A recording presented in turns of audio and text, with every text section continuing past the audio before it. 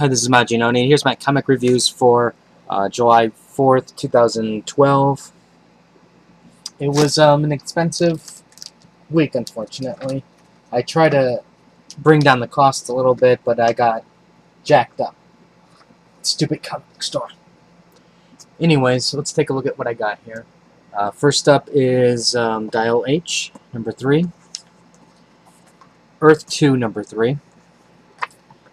Action, number 11. And I know this is going to come as a tremendous shock to everybody.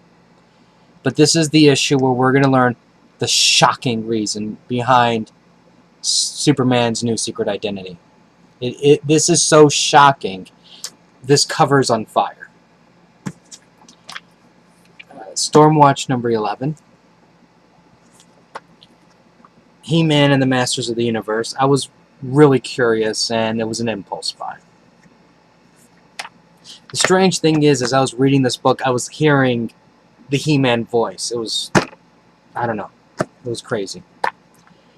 Then there's Ultimate Spider-Man number 12. Something life-changing happens in this one. Animal Man 11. And it's like, how dare they take his son away from him? You know, first you would think, alright, you took his powers away, you took his shirt away, and now you're going after the son. I mean, you got to draw the line somewhere. And I think they were getting a little too greedy. Next up is Amazing Spider-Man number 689. The way I look at this book is, it's for those who could not afford to go see the movie. You get the Lizard in the comic book. And you get a special guest star. So in a way, it's almost like the old Spider-Man trilogy, where they just threw in a bunch of characters in there. Age of Apocalypse number 5. Iron Man number 520. AVX 7. And Uncanny X-Men number 15. And if you think that's all I got more. Oh, Detective 11. Then there's Invincible Trade number 16, Family Ties, G.I. Joe, Cobra Command 2, and Earth 1, Batman. Now, before I end the video, I want to talk a little bit about Marvel Now. Now, when I first heard about it, I just kind of rolled my eyes and went, this is so stupid. It's a retcon relaunch, but it's not really a relaunch, because, you know, they promised everybody that they weren't going to do that, but then they had to do that because DC took too much market share, and they have to do something. And now that I actually had a little bit of time to sit on it and actually read more information that they revealed, I could see that it's not as bad as I thought it was going to be. I don't want to say relaunch, it's not really technically a relaunch, but it sounds like what they're doing is they're basically just fixing, you know, quote-unquote, fixing the Avengers and the X-Men, and they're going to shift a bunch of writers and, you know, creative teams around. We already knew that the creative teams were going to get switched around anyways, but I guess the more shocking thing that they're doing is they're canceling Uncanny, and they're making more Avenger titles. And the more Avenger titles just makes me go, okay, obviously the Avengers sell more than the X-Men, so let's just milk the name Avengers. Especially when you have a movie that's made over $600 million, let's milk that for every penny you can possibly milk it for. And I understand that from a business standpoint, but from a fan standpoint, I just kind of wish that they didn't make, you know, everything didn't have to have the Avengers stamp on it. You know, maybe make a new team, you know, something different, something unique. But obviously they can't do that because nobody would buy it because it doesn't say the name Avengers on it. Now, one thing that I am kind of interested to see, but I don't expect it to last, well, I guess you can expect it to last at least a year, is what they're doing is they're putting X-Men on the Avenger team. And I'm kind of curious to see how that's going to play out. I don't expect drastic changes in terms of storytelling, but I'm just kind of curious to see how the fans are going to react to it, and two, what type of stories they're going to do.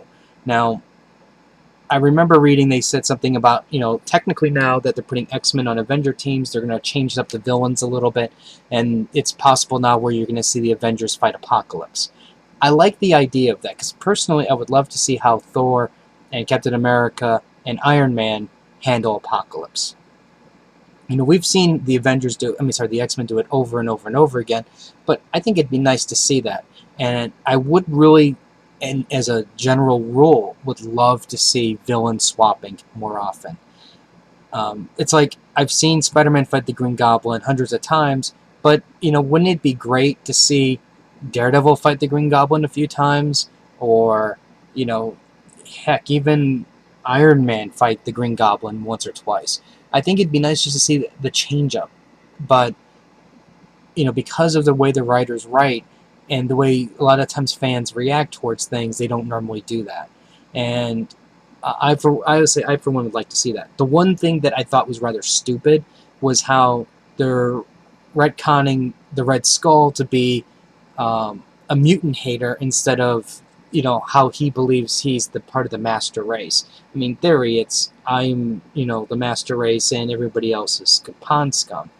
And I know I'm being sensitive in the sense that I'm not going into further details and possibly offending somebody, and I'm probably offending somebody by not telling the details. But everybody knows World War II's history and the concentration camps and things like that. So I like that Red Skull.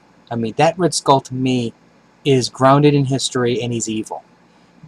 Red Skull hating mutants now takes him out of that reality, and he just becomes just a raving lunatic, madman, Marvel villain. And for me, that it kind of ruins part of what made him a unique character. Another thing I think is really stupid is bringing the old X-Men into modern day Marvel Universe and have them go through their Days of Future Past. And this is going to be an ongoing series. It's not a mini-series or anything like that. Because, I mean, you have to think about it this way. You have the X-Men. All right, forget the X-Men. Think of time. You're not supposed to put two Scott Summers in the same place in the same time, the same event. And that's what they're doing. And I think that's wrong. I don't mind it. I would not mind it as a one-shot. A one-shot miniseries, 4 episodes, in and out, you're done. That, to me, I can stomach a little better than an ongoing series. But no, because fans keep crying over the fact that they have to have their Jean Grey back, boo-hoo-hoo, they come up with this cockamamie story. And this is the one story I might just buy the first. You know what? I shouldn't even support that book, period, because I think it's a load of horse manure. I mean, think about what the implication is. Angel will see how he turns out in the future. So why is the Angel the same way he is? Why does the Angel get involved with X-Force to become Death? You know what I mean? Or it's just all of this stuff. It just doesn't make good continuity sense. I mean, think about the Hope part. You would think that they're going to hear about the AVX nonsense, and they now know how Hope is, what role Hope plays. So if Hope really is the Messiah that's going to save everything, then why is Wolverine on the other side? Why is Beast on the other side? Why don't they protect her better? If she is the bringer of destruction, then why does Scott and everybody protect her? You know what I mean? It's like there's a strange dynamic that now doesn't make sense logically. And I think that should be gone. That concept should be just bad. It's just a bad idea. Shouldn't do it. But, Marvel is going to make tons of money off of it because of the Jean Grey crybabies who want her back. And of course, anybody else who just buys a book because it has the X on the title. So, anyways, the one thing that really is disappointing to me, though, is this. Now, both Marvel and DC are guilty of this, so I'm not picking on one. it seems to me now that they're not able, they've lost ideas. And it's not just that they've lost ideas, but what it is they've lost ideas that generate massive amounts of cash. See, the thing is, it's no longer about let's tell a good, compelling story. Let's start a story that's hidden in what we're doing now, and it evolves into something great. What it is now is let's go ahead and do the big event. And once we do the big event, big changes happen, and then we're just gearing up for the next big event. And if that doesn't work, what we'll do is we'll relaunch the whole universe.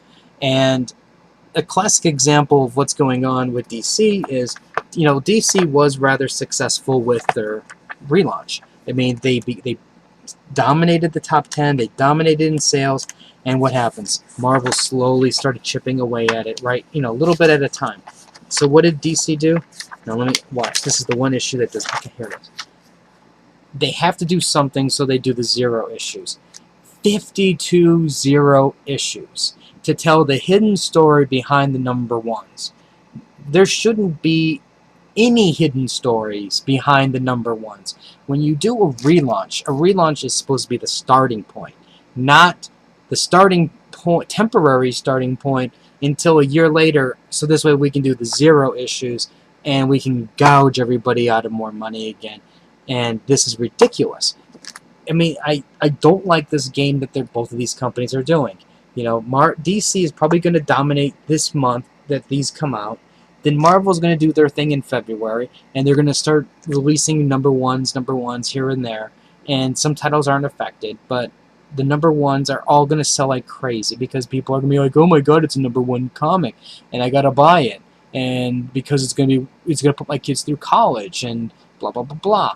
And it's ridiculous. I don't know why, as a consumer, with money being tight the way it is, we continue to support this nonsense. Because this is what this is. This is complete and utter nonsense. You don't do a relaunch and then go backwards to tell, oh, this is what we missed. This is crazy. Now, I, for one, am not buying all of these number one zeros. I think if I'm going to buy any of these zeros, if I buy any zeros, it's only going to be on certain key titles, and that's going to be it. Even though I buy iVampire, I don't know if I'm going to buy Zero iVampire or not. If I buy it, it's probably because my comic store put it in my box and I didn't put it on the shelf. But I think this is ridiculous. This is just milking fans out of more and more money. And I think it'd be fantastic if, I don't care if it's DC or Marvel, but any one of these companies did a big, massive crossover event that had big changes. You know what we should have done? This is what we should have done for AVX. We should have not bought any of the verses. We should have just read fan fiction. Fan fiction is free on the internet, in case you didn't know that. Then, with the AVX, we shouldn't have bought one issue. Not one. Because when we get to the end, we'll see the ending, and the big change happens, and we can start fresh. We don't need to see all of this stuff that happens before it. This is meaningless. What really matters is the change at the end, not all of this in the middle. And, I wish, even I myself as a consumer can pull away from all of this stuff. But, we don't. We're like sheep and we just follow the flock. But anyways, if you have any comments or questions, let me know. Rate the video up or down. Let me know what you think. I'm really curious to know what you guys think about Marvel New. And I'll have more reviews and stuff later. So until next time.